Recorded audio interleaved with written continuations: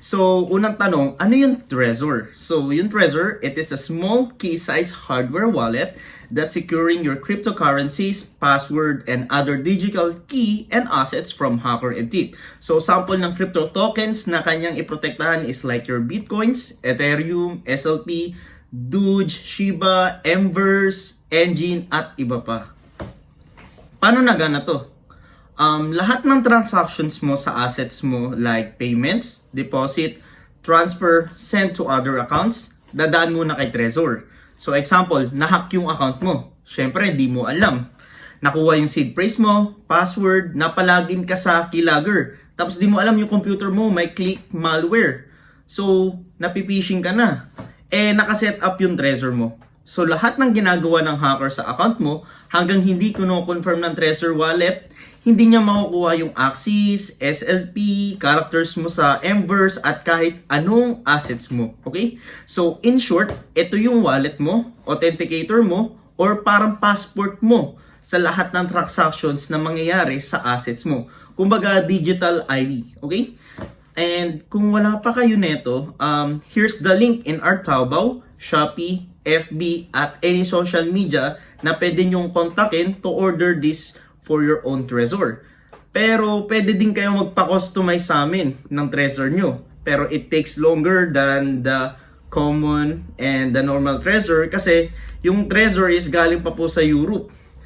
And kung kaya nyo mag-invest ng Bitcoin or bumili ng Axie, syempre, kaya nyo bumili ng sarili nyong Trezor for your own digital wealth security. And as of now, November 21, 2021, meron dalawang model ng Trezor. Yung una is yung Trezor Model 1 na merong black and white edition, and yung Trezor Model T. Black edition lang, okay? So pag-usapan natin yung packaging ng dalawa, kung anong pinagkaiba. So first, yung black and white ng Trezor Model 1. Meron itong dalawang seals on both sides. Ito siya, okay? And take note, yung hologram peak seal nito ay matibay. Hindi nyo basta-basta mapupunit, okay? Now, kung mapapansin nyo, yung Model T, yung holographic seal niya is wala sa packaging. Kasi nasa device mismo. So, makikita mo yung seal over the connector. Okay? So, kung bibili kayo ng Trezor, double check nyo kung walang damage yung packaging if na-receive nyo na. If nabili nyo siya through online or dun mismo sa Trezor.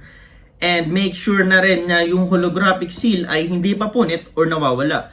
If may doubt kayo about dun sa packaging or nawawala na yung holographic seal or tampered na siya, pwede nyong kontakin yung mismong website about it. Or pwede nyo kaming kontakin sa mga social media kung saan nyo in-order kung saan nyo siya binili. Okay? At take note na hindi nyo maduduga yung tamper ng seal. Kasi pag tinanggal nyo yung hologram, masisira yung hologram at mag-iiwan niya ng residue. Na ibig sabihin ay tampered na siya. At bukod sa physical tamper evident, may software safeguards din yan. So, invalid yan for second-hand users.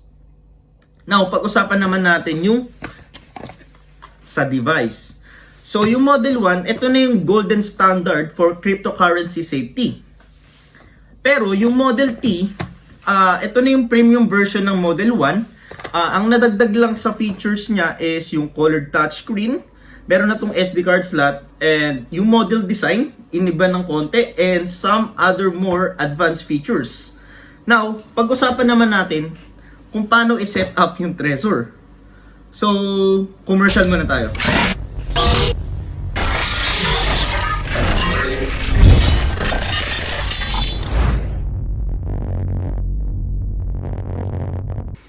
Andito na tayo sa pagse-set up ng Trezor. So since meron na tayong video para sa pagse-set up ng Model 1, ang ipapakita ko na sa inyo is paano mag-set up ng Model T. Okay?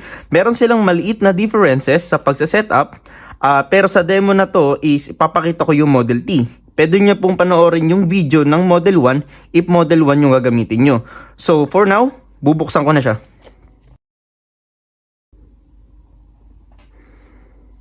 Ngayon, papakita ko na sa inyo kung ano yung content ng Trezor Model T. So, unang lapag, makikita na agad natin yung Trezor the safe place for your coins. So susundin lang natin yung step 1. Connect Trezor to your computer or smartphone. Yung box, pull.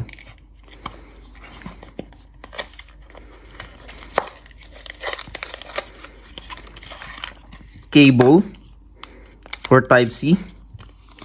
Sticker. Maraming sticker. Same lang din ng Model 1.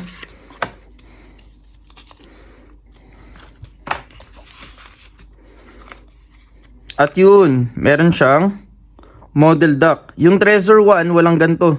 Pero meron silang parang keychain or lace. Ang Model T, wala. So, ito. Ang sinasabi ko nga sa inyo is yung holographic seal niya is nasa device mismo over the connector. So, pag tinampered ko to, guys, masisira yung hologram. Tapos, makikita nyo yung residue na iiwan niya pag tinampered ko siya.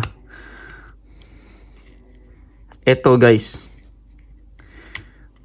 So hindi na siya pwedeng kabitan uli ng isa pang seal. Yan. Ito yung residue niya.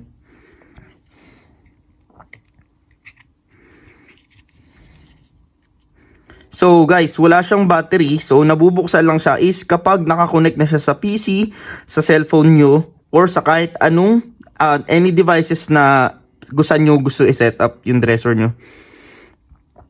So, simulan na natin siya. So, guys, sa pagsa-setup, ang kailangan lang natin is yung device mismo, yung kable, saka yung papel, at syempre ballpen. Kasi guys, dito natin isusulat yung seed phrase. So, sa personal opinion ko, pero highly recommended din ng website, at ng official Trezor is isusulat yung seed phrase kaysa isave natin or picturean natin siya sa mga gadgets natin. Kasi mas safe siya at from the paper itself, do not disclose this seed to anybody. So yung iba pa nga is ini-engrave pa to. So makikita nyo is 12 yung seed phrase ng Model T. Ito yung minimum niya. Tapos yung sa Model 1 is 24. Pero pwede pa kayong mag-add if you want. Okay? So, since Mac Pro yung gamit ko, hindi ko magagamit yung accessories na libre ng Trezor. So, gagamit ako ng Type-C to USB. So, kailangan ko is yung Type-C to Type-C. Okay? So, unang step, guys, first, i-connect muna natin yung Trezor sa PC. Okay?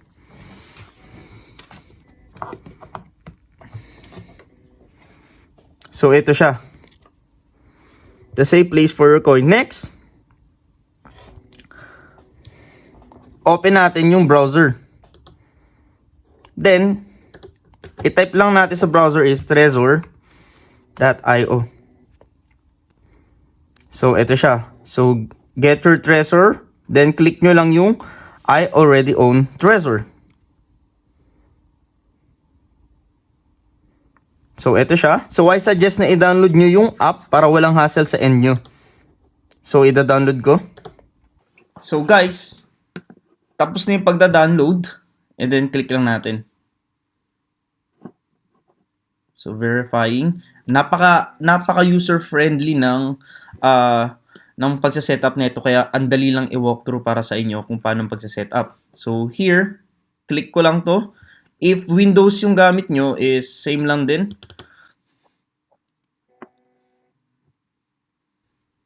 So, hintay lang natin. Then, open. Yan. Then, complete the setup by choosing some options that you would like to have to. Okay? So, confirm. Setup Trezor. Security check. Yung hologram ba intact or not tampered?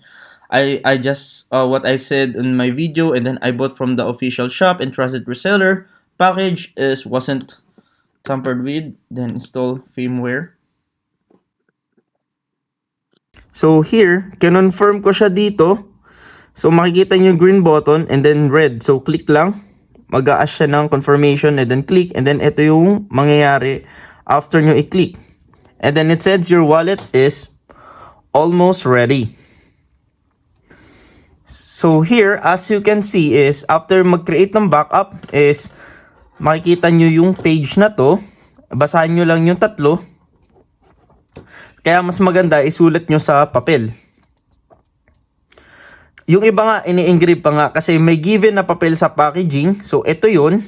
And pwede nyo dito isulat. And take note na kayo lang dapat yung nakakaalam.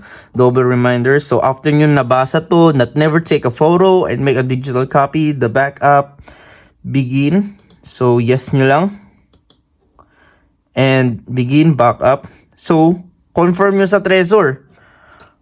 So here, never make a digital copy of your recovered seed and never upload it online. So I understand. Click nyo lang.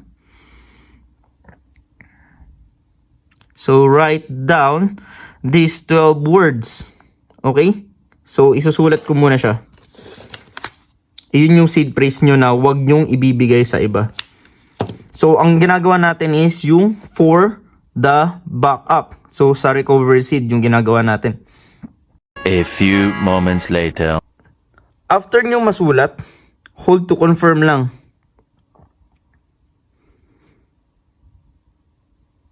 So after nyo ma-hold yung confirm sa mismong device ng Trezor, para ka lang nagkikreate lang ng MetaMask or Ronin if naglalaro ka ng Axie. So yung seed phrase, ipapaselect lang sa inyo in order na kung ano yung nasulat nyo. Okay? So, i-confirm ko lang siya dito. Ayun. So, guys, every time na nag-a-ask siya is lagi siyang shuffle, naka-random. Your backup is done. Use your backup when you need to recover your wallet. So, which means your backup setup is done.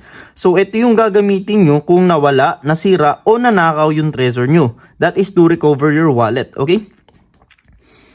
So, okay lang natin siya. Continue. So here, pin not set. So ang kagandahan dito is, ngayon, bukod sa seed phrase, magsa-setup ka din ng pin. So dito, pag tinatype mo yung mga digits dito, hindi sunod-sunod yung numbers. So anti-tracker siya. Then after nyo lang ilagay yung gusto nyong pin, lalabas dyan is pin set. Okay? So start na natin. So here, wallet, continue, then set pin.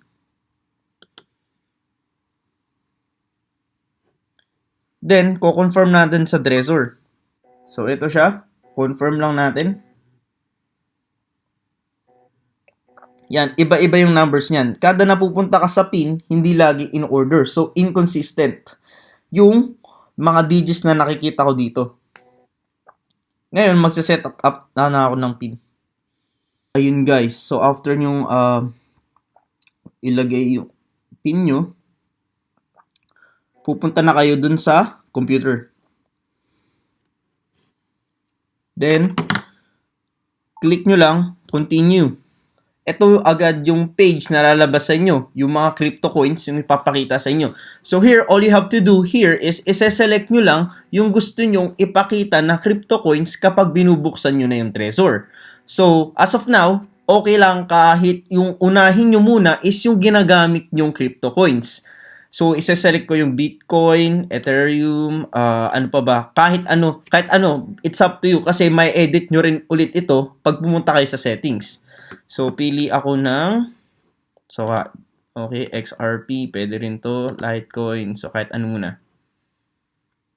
Then, complete setup pag nakapili na kayo. Ayun, setup complete. Pwede nyong palitan yung name ng Trezor. So, example, Chris Trezor. Now, may options kayo. So, done. Click Access Suit. So, here. Tapos na yung pagsa-setup. So, papakita niya lang niya yung options, homepage, or yung Access Suit. Okay? So, reminders lang na up to. So, wala tayo sa browser. Next, kayo na pong bahala sa pag-explore ng app. So, pakita ko lang sa inyo ng konti. Ito yung dashboard. Accounts. And yung settings. Application. language, device, crypto. So here, ito yung sinasabi ko sa inyo na pwede kayong pumili. Yun. Tapos, kayo na bahala mag-explore ng app. Okay? Then, susunod na step is para sa mga naglalaro ng Axie Infinity or other NFT games, ang susunod na video is paano naman to isa-set up sa MetaMask or sa Ronin wallet nyo. So, ayun, wala na yung avatar ko. Sa next video ko is ituturo ko naman sa inyo kung paano mag-set up ng Trezor sa MetaMask, Ronin wallet, or sa iba pang extensions nyo na nakakonect yung cryptocurrency or lahat ng accounts nyo na connect sa mga NFT games, lahat ng ininvest nyo na crypto tokens.